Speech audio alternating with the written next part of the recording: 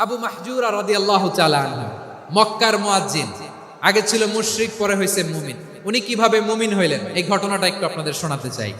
তো আপনাদের তো সময় নাই হাতে, হ্যাঁ সময় আছে। অষ্টম হিজরিতে হুনাইনের যুদ্ধে রাসূল সাল্লাল্লাহু আলাইহি ওয়াসাল্লাম ফিরে আসতেছেন মদিনায়। পথিমধ্যে বেলাল রাদিয়াল্লাহু তাআলা আনহু আজান দিচ্ছেন। কি দিচ্ছেন? তো পাশে ছিল মুশরিকদের একটা পল্লী, কিছু মুশরিক তরুণ, কিছু অমুসলিম কিশোর, তারা আজানকে ব্যঙ্গ করতেছে। আমাদের বাংলায় মুখ ভেঙ্গানো বলে আর কি। বেলাল রাদিয়াল্লাহু তাআলা আনহু আজান দিচ্ছেন, ওই বাচ্চাগুলো মুশরিক, তো ওরা আজানকে ব্যঙ্গ করতেছে, বিকৃতি করে ওরাও আজান দিচ্ছে। উদ্দেশ্য হচ্ছে আজানকে নিয়ে ঠাট্টা করা। উদ্দেশ্য কি? ঠাট্টা করা। ব্যাপারটা মনে কষ্ট পাওয়ার মতো ব্যাপার না? কিন্তু বিশ্বনবী ওইখানে দেখেন কি খুঁজলেন। বিশ্বনবী খেয়াল করলেন অমুসলিম কিশোরদের মধ্য থেকে একটা কিশোরের গলাটা বড় দরাজ গলা, কণ্ঠটা বড় সুন্দর। খেয়াল করে দেখলেন যে কিছু কিশোর বেলালের আজানকে ব্যঙ্গ করে, বিকৃতি করে, কিন্তু একজনের কণ্ঠ দেখতে পাচ্ছেন না এত দূরে, কিন্তু কণ্ঠটা বড় সুন্দর, দরাজ গলা। বিশ্বনবী সাহাবীদেরকে বললেন, ধরো এগুলারে, ধরো। সবগুলারে ধরে বিশ্বনবীর সামনে আনা হলো। ওরা হাঁটু গেড়ে বসলো। বিশ্বনবী বললেন, তোমাদের মধ্যে কে যেন ব্যঙ্গ করে আজান দিচ্ছিল, তার গলাটা বড় উঁচু, গলার বেসটা বড় মজবুত, মেলোডিয়াস, সুমধুর কণ্ঠ। কে? আবু মাহজুরা বলে, আমার বন্ধুরা সবাই আমার দিকে আঙ্গুল দেখায়, আমি পড়ে গেছি বিপদে। রাসূল সাল্লাল্লাহু আলাইহি ওয়াসাল্লাম বাকি অমুসলিম তরুণদেরকে ছেড়ে দিলেন, বললেন তোমরা যাও। এবার আবু মাহজুরারে পাইছে। আবু মাহজুরার চুলের মধ্যে হাত দিলেন বিশ্বনবী, মাথায় হাত দিয়ে বললেন, এবার আজান দাও দেখি। আবু মাহজুরা বলে, আমি তো আজান দিতে জানি না, কারণ আমি তো বেলালেরটা শুইনা দিছি, আমার তো মুখস্থ নাই, আমি তো আজান দিতে জানি না। বিষ্ণু বললেন, জানো না? তাহলে আসো, আমি তোমারে শিখাই দেই। সুবহানাল্লাহ পড়া। আবু মাহজুরা হাঁটু গেড়ে বসে, বিশ্বনবীর মোবারক হাত আবু মাহজুরার চুলের মধ্যে। বিশ্বনবী আজানের মুআল্লিম আবু মাহজুরাকে বলতেছে, ঠিক আছে তোমারে শিখাই দিচ্ছি, আমি যা যা বলবো আমার সাথে সাথে বলো, পারবা? আবু মাহজুরা বলে, পারবো। বিশ্বনবী আজান দিচ্ছেন মাথায় হাত দিয়ে, আল্লাহু আকবার, আল্লাহু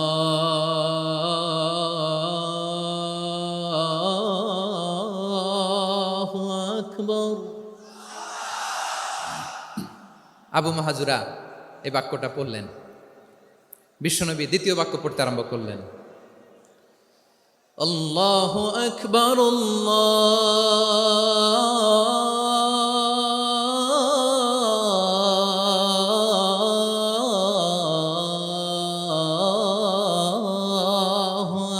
আকবার। আবু মাহজুরা এই বাক্যটাও বললেন। বিশ্বনবী আবু মাহজুরার মাথার মধ্যে হাত দিয়ে তৃতীয় বাক্য পড়লেন, আশহাদু আল্লা ইলাহা ইল্লাল্লাহ।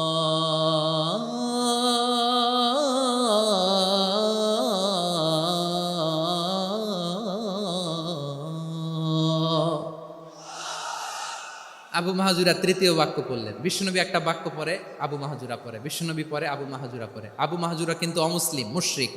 আবু মাহজুরা বলে, এক একটা বাক্য পড়ি আমার কলিজাটা গলে ঠান্ডা হয়ে যায়। এতদিন মোহাম্মদকে গালি দিতাম, এখন মোহাম্মদ আমার মাথায় যখন হাত রাখছে আমার সারা শরীর ঠান্ডা হয়ে গেছে। বিশ্বনবী আজান শেখাচ্ছেন, একটা একটা বাক্য পড়ে আবু মাহজুরাও পড়ে, বিশ্বনবী পড়ে, আবু মাহজুরাও পড়ে। পুরো বাক্যগুলো যখন শেষ, আজান শেষ, আবু মাহজুরাও যখন পুরো আজান পড়লেন, আবু মাহজুরা বললেন, এতদিন মোহাম্মদের চেহারা দেখলে আমার ঘৃণা লাগতো, আজ থেকে মোহাম্মদের চেহারার চেয়ে প্রিয় চেহারা আমার কাছে নাই।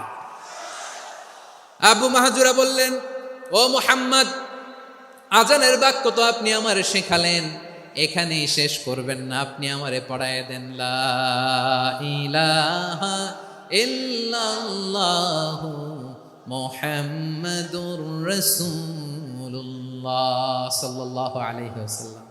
বিশ্বনবীর সাথে দাঁড়িয়ে উনি শাহাদা পড়ে মুসলমান হয়ে গেলেন। এবার আবু মাহজুরা বলে, ইয়া রাসূলুল্লাহ, ইয়া হাবিবাল্লাহ, আমি মুমিন হয়েছি, মুসলমান হয়েছি, আপনার কাছ থেকে আজান শিখার সৌভাগ্য আমি লাভ করেছি গো নবী। আমার কণ্ঠের বড় তারিফ করেছেন আপনি, আমার আজানকে আপনি পছন্দ করেছেন। একটা জিনিস আপনার কাছে চাই, আপনি আমাকে মক্কার মসজিদুল হারামের মুয়াজ্জিন হিসেবে অ্যাপয়েন্ট করে দে। বিষ্ণু ইসা ইসলাম বললেন, যাও আবু মাহজুরা, আমি তোমাকে পৃথিবীর শ্রেষ্ঠতম মসজিদ মক্কার মসজিদুল হারামের মুয়াজ্জিন হিসেবে অ্যাপয়েন্ট করে দিলাম। দেখছেন কিভাবে ট্যালেন্ট হান্টিং করতে হয়, কিভাবে হিউম্যান রিসোর্স মানব সম্পদকে ব্যবহার করতে হয়। আসছিল আজানকে ভেঙ্গাইতে, আসছিল কেন? আজানকে ব্যঙ্গ করার জন্য, বিকৃত করার জন্য। আজানকে বিকৃত করতে যে ইসলামের সবচেয়ে শ্রেষ্ঠ মসজিদের মুয়াজ্জিন হয়ে গেল। পড়েন সুবহানাল্লাহ। হযরত আবু মাহজুরা রাদিয়াল্লাহু তাআলা আনহু ওনার এই সুললিত কণ্ঠ ব্যবহার করে মসজিদুল হারামে এত সুন্দর করে আল্লাহু আকবার বলে আজান দিতেন, মানুষগুলোর, মুসল্লিগুলোর, মক্কাবাসীর হৃদয়কে তিনি বিগলিত করে দিতেন। মানুষের হৃদয়কে ঠান্ডা হয়ে যেত। শুধু এখানেই শেষ না আমার যশোরের ভাইয়েরা, বিশ্বনবী যখন সাইয়েদনা আবু মাহজুরা রাদিয়াল্লাহু তাআলা আনহুকে আজান শিখাচ্ছিলেন, বলেন তো বিশ্বনবীর হাতটা কোথায় ছিল? আবু মাহজুরার মাথার সামনে, এই চুলের উপরে ছিল।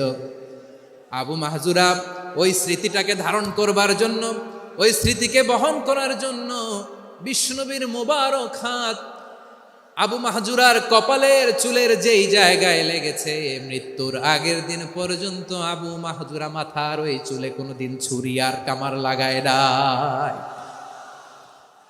সেখানে কেচি লাগায় নাই, চুলের মধ্যে খুর লাগায় নাই।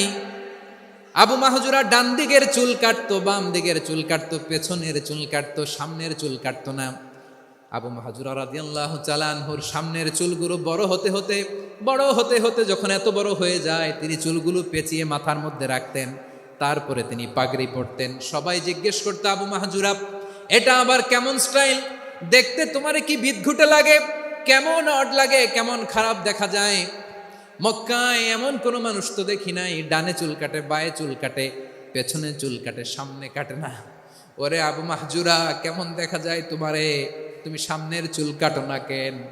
আবু মাহজুরা বলে, আমি হাঁটু গেড়ে পেয়ারা নবীর সামনে বসেছিলাম, আমার এই মাথার চুলের মধ্যে মুবারক হাত লাগিয়ে বিশ্বনবী নিজে আমাকে আজানের প্রতিটা বাক্য শিক্ষা দিয়েছেন। বিশ্বনবীর মোবারক হাত, পবিত্র হাত আমার মাথার চুলের যেই জায়গায় লেগেছে, আমি চাই ওই চুলগুলা নিয়ে আমি আমার কবরের ভিতরে যাব। সাইয়েদনা আবু মাহজুরা রাদিয়াল্লাহু তাআলা আনহু ইন্তেকালের আগের পর্যন্ত মাথার সামনের চুলগুলা কাটে নাই। মাথার সামনের চুল তিনি কাটেন নাই। সুবহানাল্লাহ বিহামদি। কেমন ভালোবাসতেন বিশ্বনবী সাহাবীদেরকে, সাহাবারা কেমন ভালোবাসতেন বিশ্বনবীকে।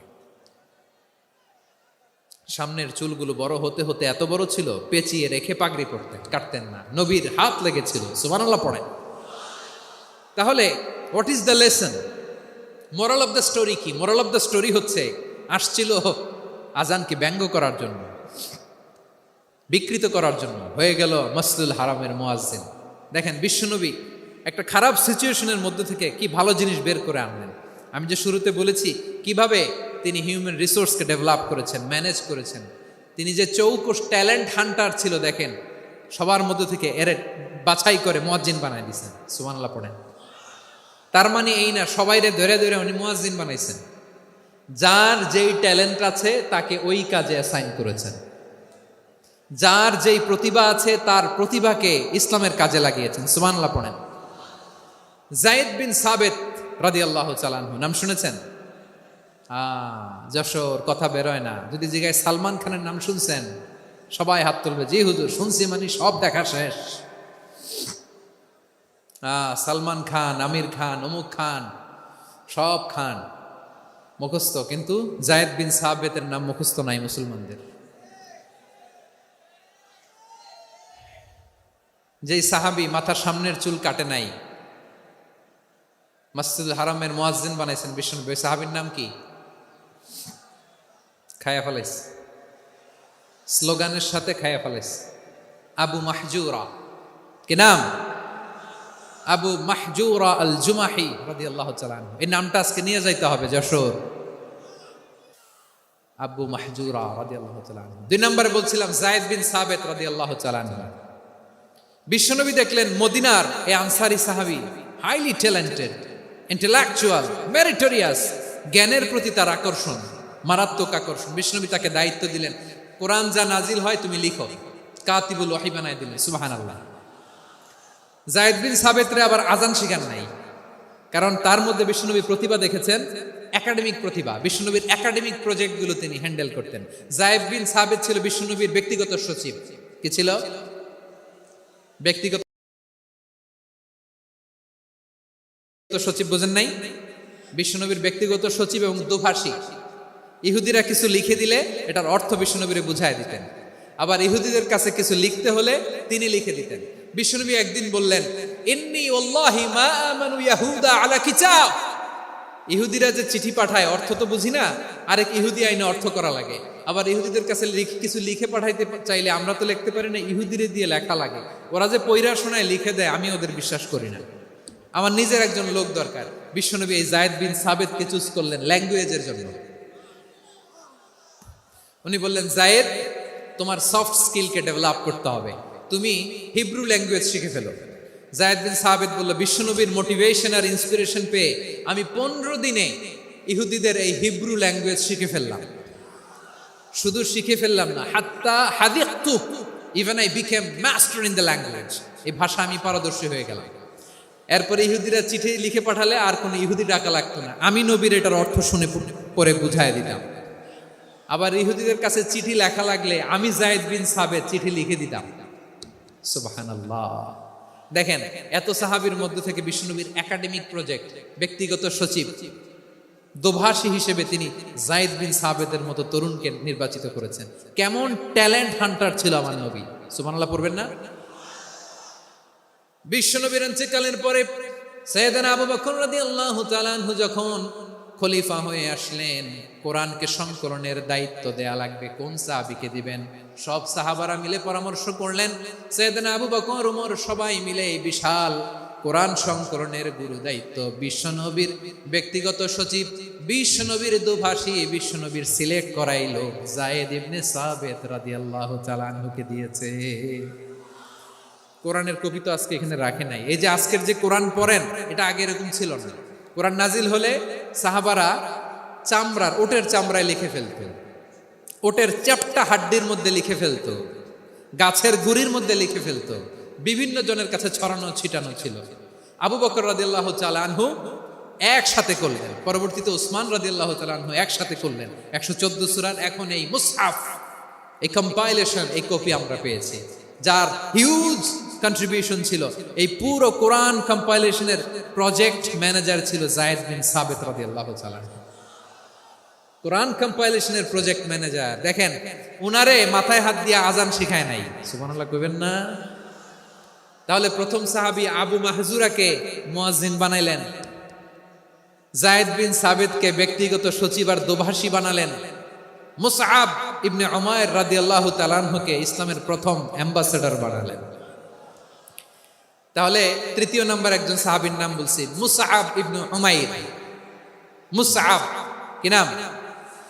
নামটা কেমন লাগে? এই কয়েকজনের ভাল লাগে, বাকিদের ভাল লাগে না? ভাল লাগে? এই এই আর কয়েকটা মিনিট দেওয়া যাবে না আমাকে আল্লাহর রাস্তে? হ্যাঁ, ঠিক আছে। আমি তোমাদেরকে ভালোবাসা দেখাবো, দোয়া করবো, যদি চুপ থাকো, একেবারে চুপ, কষ্ট সহ্য করো, বাকিরা যা সওয়াব পাবে তোমরা ডবল পাবা, যেহেতু কষ্ট বেশি, কিন্তু চুপ। 3 নম্বর সাহাবীর নাম মুসআব। এই ধাক্কাধাক্কি কেন? ধাক্কাধাক্কি কেন রে ভাই? না না না, এরকম হইলে আসবো না যশোর, আমি আর আসবো না। হয় পিছনে চলে যাও, নাহলে চুপ, ধাক্কাধাক্কি নেই। 3 নম্বর সাহাবীর নাম মুসআব। কি নাম? He was the first ambassador in Islam. ইসলামের প্রথম ডিপ্লোমাট, প্রথম কূটনৈতিক, ইসলামের প্রথম কূটনৈতিক, ইসলামের প্রথম ডিপ্লোমাট, প্রথম অ্যাম্বাসেডর মুসআব ইবনে উমাইর। মক্কার তরুণ যুবক, উনি পারফিউম লাগাইলে মানুষ দেখলেই বুঝতো এটা মুসআব লাগাইছে। এমন ড্যাশিং ফেসের ছিল, এমন স্মার্ট ড্যাশিং ফেস, এমন পার্সোনালিটির মানুষ ছিল মুসআব রাদিয়াল্লাহু তাআলা। কারণ যিনি ইসলামের স্পোকম্যান হবেন, মুখপাত্র হবেন, তার স্মার্ট হওয়ার দরকার আছে না নাই? আকাবার প্রথম শপথ যখন হলো, তাদের সাথে বিষ্ণু ইসা ইসলাম মদিনাতে একজন মুখপাত্র পাঠালেন, ডিপ্লোম্যাটকে পাঠালেন, অ্যাম্বাসেডর অফ ইসলাম। তিনি হচ্ছেন মুসআব ইবনে উমাইর। পড়েন সুবহানাল্লাহ। বিশ্বনবী দেখলেন সে অনেক স্মার্ট, তার ডেডিকেশন আছে, সিনসিয়ারিটি আছে, এবং মদিনায় যে আউস খাজরাজ গোত্রের নেতাদের সাথে ডিল করতে হবে, ইহুদিদের সাথে ডিল করতে হবে, ওখানে একজন পাক্কা জানু খেলোয়াড়ের দরকার আছে না নাই? মুসআব ইবনে উমাইর রাদিয়াল্লাহু তাআলা আনহু, ওনাকে বিষ্ণু ইসা ইসলাম চুজ করলেন। এবং বিষ্ণু ইসা ইসলামের এই চুজিংটা, এই সিলেকশনটা এত সুন্দর ছিল, তিনি মদিনাতে যে বিশ্বনবী আসার আগেই মদিনার জমিনকে তিনি উর্বর করে ফেলছেন। প্রতিটা ঘরে ঘরে কালিমার দাওয়াত তিনি পৌঁছায় দিয়েছেন। জুমার বিধান নাজিল হয়েছে, কিন্তু মক্কায় পরিবেশ নাই জুমা পালনের। বিষ্ণু ইসা ইসলাম একজনকে দিয়ে খবর পাঠালেন, যাও মদিনায় মুসাবকে যে বলো, মুসাব তো আমার শিক্ষক, আমার স্পোকম্যান, মদিনাতে যেন তারা জুমা কায়েম করে। বিশ্বনবীর আগেই মুসাব মদিনার মুসলিমদেরকে নিয়ে মদিনায় প্রথম জুমা কায়েম করে ফেলছে। কোন সুবহানাল্লাহ। ডিপ্লোম্যাটদের কেমন হইতে হয়, অ্যাম্বাসেডারের কেমন হইতে হয়, মুসআব রাদিয়াল্লাহু তাআলা আনহুর কাছ থেকে শিখে নাও। মুসআব নামটা কেমন লাগে? যশোর যাদের সন্তান হবে, ছেলে সন্তান, আমার রাস্তায় পাইলে সবাই জিজ্ঞেস করে, হুজুর একটা নাম দেন, আমার ছেলে হবে। যশোরবাসীর জন্য আমি একটা নাম দিয়ে দিলাম, নাম রাখতে হবে মুসআব। কি নাম? নামটা যাদের ভাল লাগে, ছেলে সন্তান অনাগত আসবে, মনে চাইলে নাম রেখে দিবেন মুসআব রাদিয়াল্লাহু তাআলা আনহুর নামে মুসআব। তাহলে মুসআব রাদিয়াল্লাহু তাআলা আনহুকে বিশ্বনবী ল্যাঙ্গুয়েজ শিখান নাই, সফট স্কিল শিখান নাই। যায়েদ রাদিয়াল্লাহু তিনি হিব্রু ল্যাঙ্গুয়েজ শিখেছেন, সুরিয়ানি শিখেছেন, কিন্তু মুসআবকে তিনি বানিয়েছেন the spokesman of Islam, the first diplomat, the ambassador of Islam. সুবহানাল্লাহ পড়বেন না? আব্দুল্লাহ ইবনে আব্বাস রাদিয়াল্লাহু তাআলা আনহু বিশ্বনবীর কাজিন, চাচাতো ভাই। আবার মাইমুনা রাদিয়াল্লাহু তাআলা আনহু, মাইমুনা নবীর স্ত্রী, তিনি ছিলেন আব্দুল্লাহর আপন খালা। তো নবীর বউ যদি উনার খালা হয়, নবী তার কি? বুঝে নাই, নবী তার কি? খালু। তাহলে সম্পর্ক অনেক গভীর, কাজিন আবার খালু। ছোট্ট মানুষ, তাই রাতে মাঝে মাঝে ঘরে থাকতো। বিশ্বনবী দেখলেন আব্দুল্লাহ যেহেতু আমার ঘরে ঢুকতে পারে, আব্দুল্লাহরে এই উম্মতের বড় শিক্ষাবিদ বানাইতে হবে। কথা বোঝে নাই? আব্দুল্লাহকে কি বানাইতে হবে? শিক্ষাবিদ, এডুকেটর অফ দিস উম্মাহ, এই উম্মার শিক্ষাবিদ বানাইতে হবে। তাই আব্দুল্লাহ ইবনে আব্বাসকে বিশ্বনবী হাতে কলমে শিক্ষা